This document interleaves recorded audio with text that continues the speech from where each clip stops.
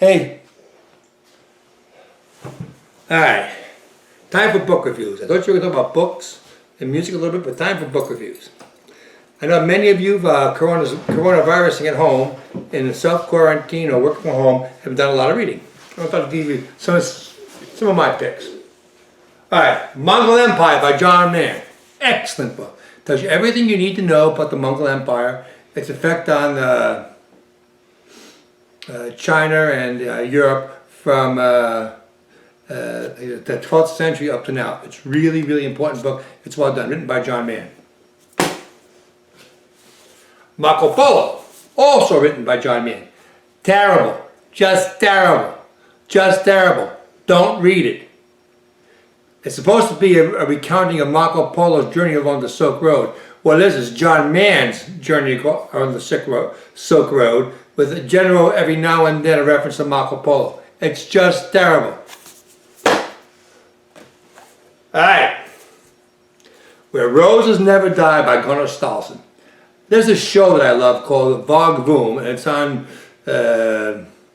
what station is that, Kate? MHZ. MHZ. It's like a international public TV thing. Those shows are great. So I picked this up, and this is going to be one of the top 10 books I've ever read. It's right up there with In Cold Blood by Truman Capote. If you get a chance to read it, read it. It's done in it's a translation from Norwegian into English, and it's absolutely fantabulous.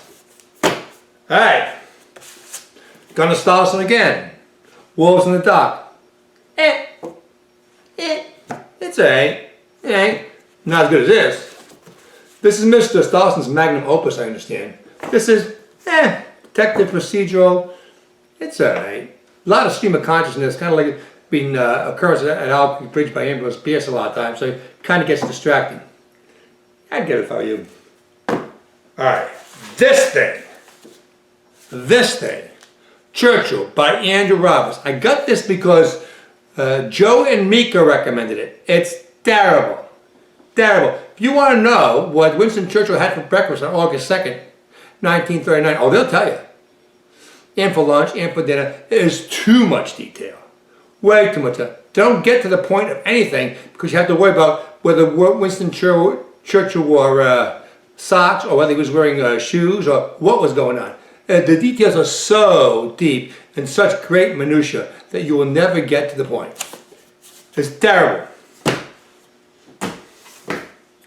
I have read every C.J. Sansom Shard Lake book, every single one of them. This is the most recent one, Tomeland, and it is so long that I'm rooting for the murderers. This thing is unbelievable. It goes on and on and on and on.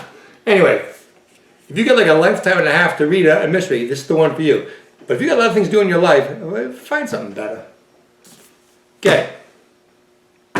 Suleiman the Magnificent by André Clot. Excellent book.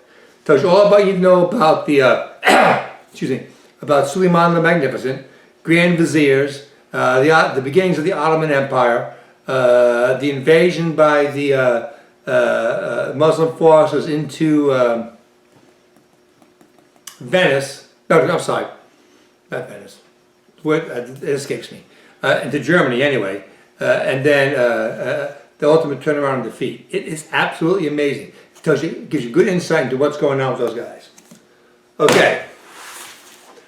Jonathan Marbury. This is a book called Code Zero. This guy writes like zombie mysteries, high-tech spy thrillery things. I have not read a bad one. I've not read about it. They're great. It's trash, but it's good trash. You'll love it if you like that kind of thing. So anyway, that's my reviews for now. Again, there's some good stuff out there. There's some real trash too. Some of it is like way over long. And authors are feeling that they can, that somehow length equals artistic capability, and it's just not so. Think of Old Man and the Sea. What is that, 75, 80 pages? A classic. This thing, these things. This thing. I want the bad guys to win. Anyway, that's all I got. Remember, love listening to you, and have a great day.